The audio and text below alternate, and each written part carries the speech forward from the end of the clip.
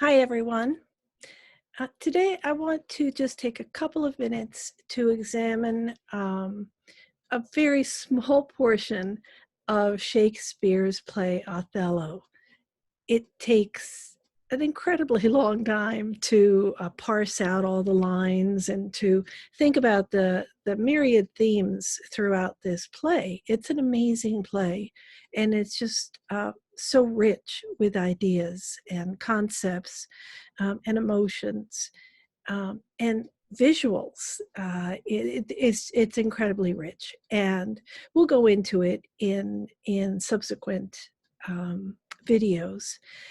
But I want us to take a look today, just a quick look at the relevance of a couple of the themes in Othello and how it plays out in the text and what we do with it now, today. Students are always amazed at after we've begun studying this at how much they really appreciate the ideas in here. Um, Once they sort of began with the language is tough. It's a very different sounding language than our language today. Of course, our language today is very different from 30 years ago. So we have text speak now that sometimes I hear a sentence coming out of a friend's mouth. Don't worry, I'll tweet you the recipe. I'll download it and then tweet it to what?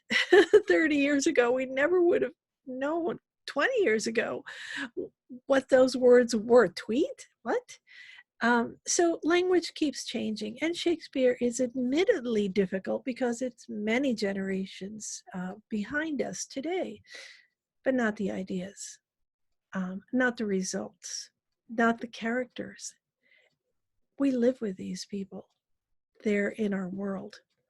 And countless different theater groups and theater programs have put on this production and have tried to make it relevant in many ways to today's audience, just to capture them and to grab them and to say, hey, look, this is really great. You might want to read more. You might want to read the text more. But even if you don't, at least listen to us and get the idea. There was a few years ago, for example, there was a group called the Q Brothers who still are quite relevant and acting all over the country today.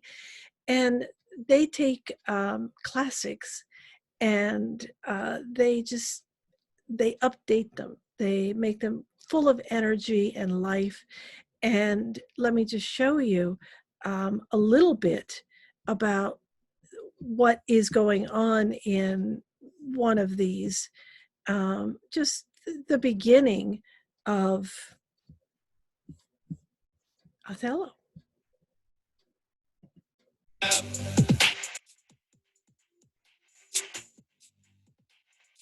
Oh, snap. You know, you think you've seen Othello and it played out, but this was amazing. This is amazing. Hands up, throw your hands up, throw your hands up, throw your hands up, throw your hands up, throw your hands up, throw your hands up, throw your hands up, throw your hands up, throw your hands up, throw your hands up, throw your hands up, throw your hands up, throw your hands up, throw your hands up, throw your hands up. I've gone to different theater all over the world, and it's interesting, isn't it?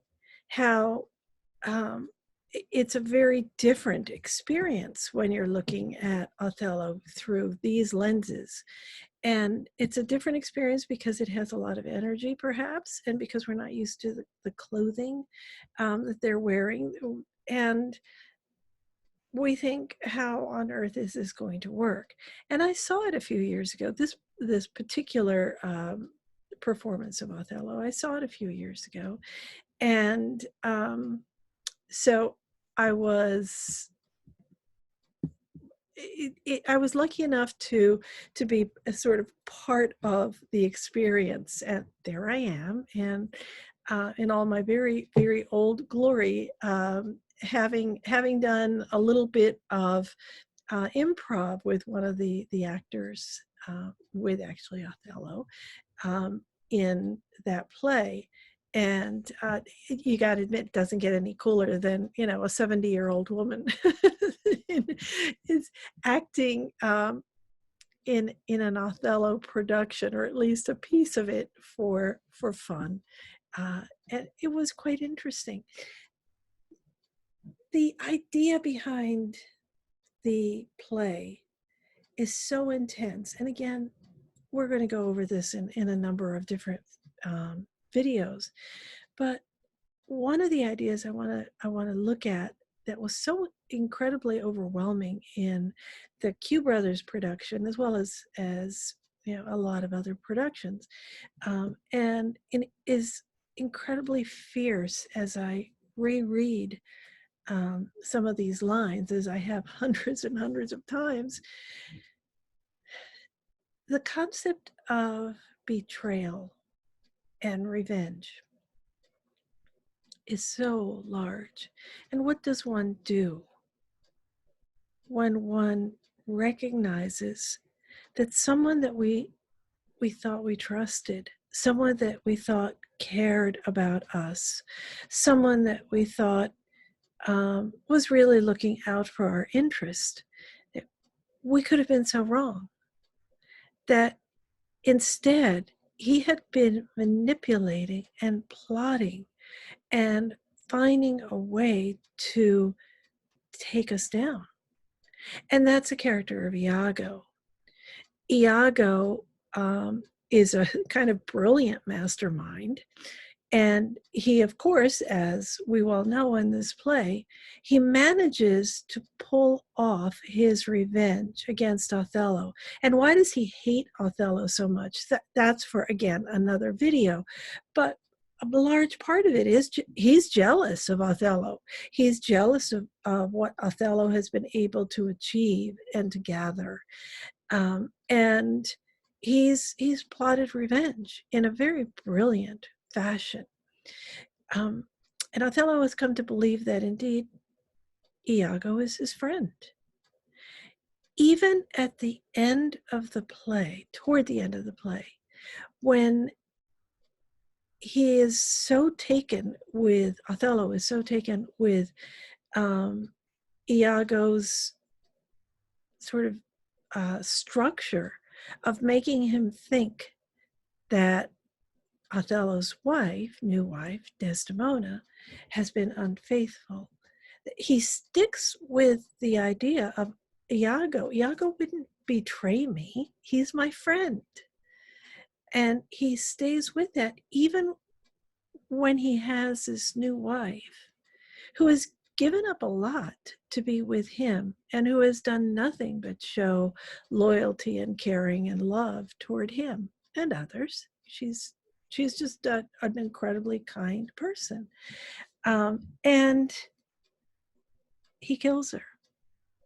And her friend, Amelia, comes, she hears these noises. Amelia is Iago's wife. She hears these noises and she says, "What's going on?" She runs in and she confronts Othello, who says, I killed her. She was disloyal. She was a whore, he says. He uses that word. And I killed her. She cannot do this.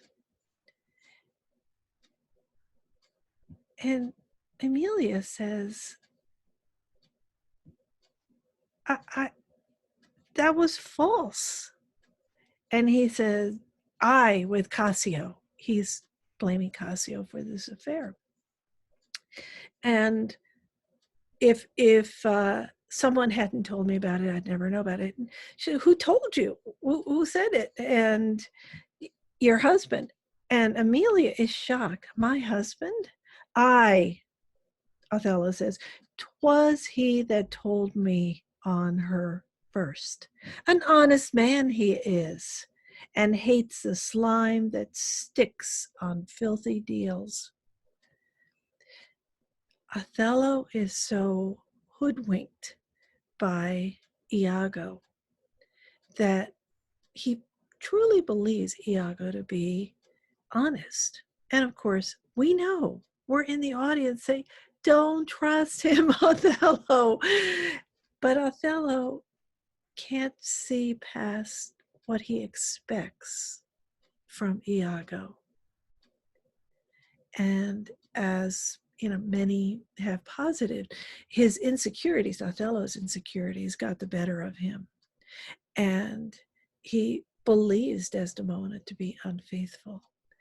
And when Iago puts little hints around that maybe show she was, of course she wasn't, we know this,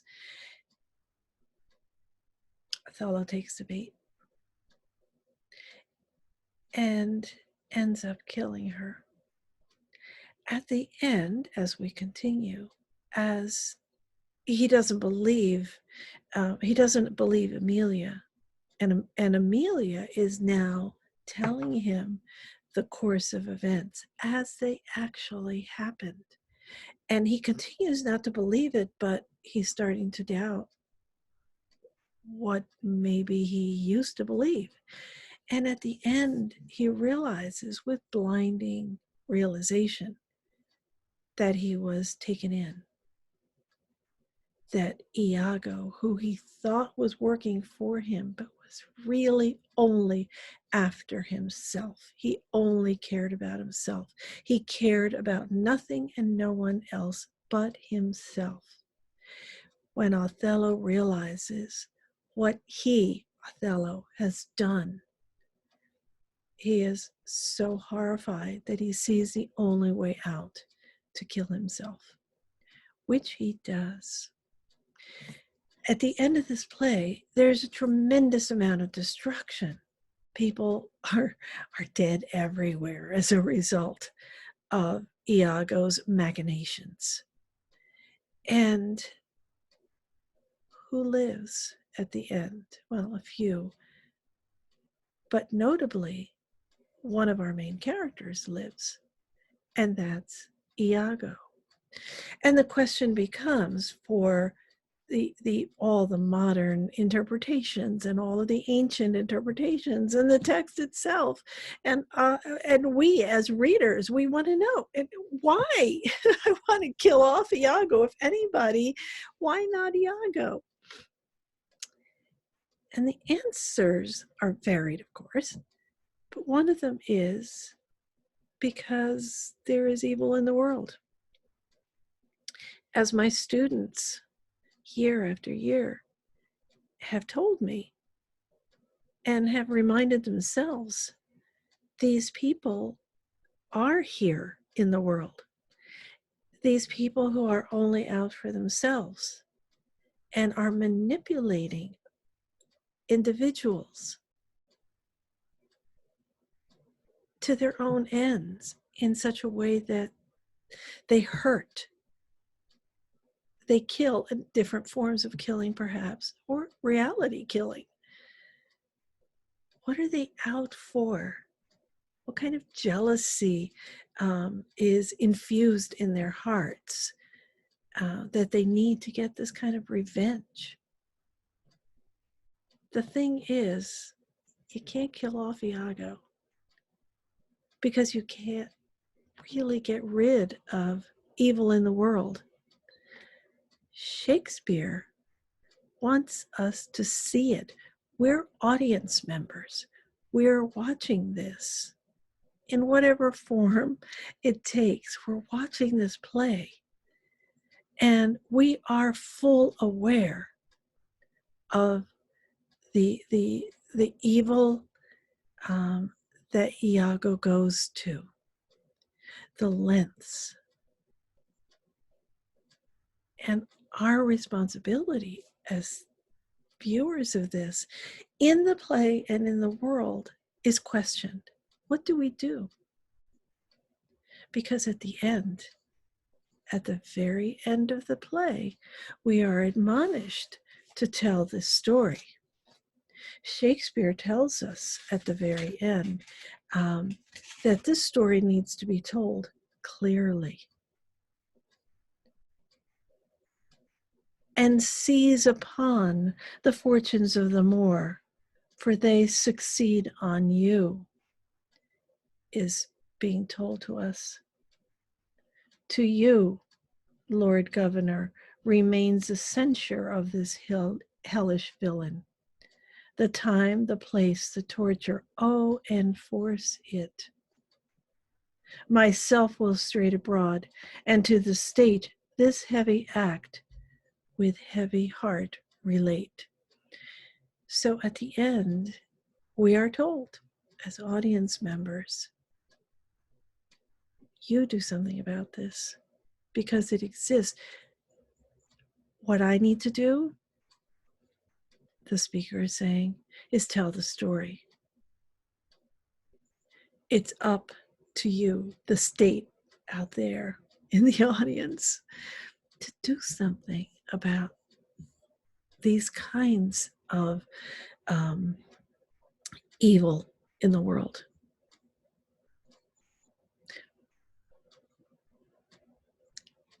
And that, my friends, is why Othello, for generations and generations and generations and generations, stays important. One of the many reasons. We'll go into more. Bye for now.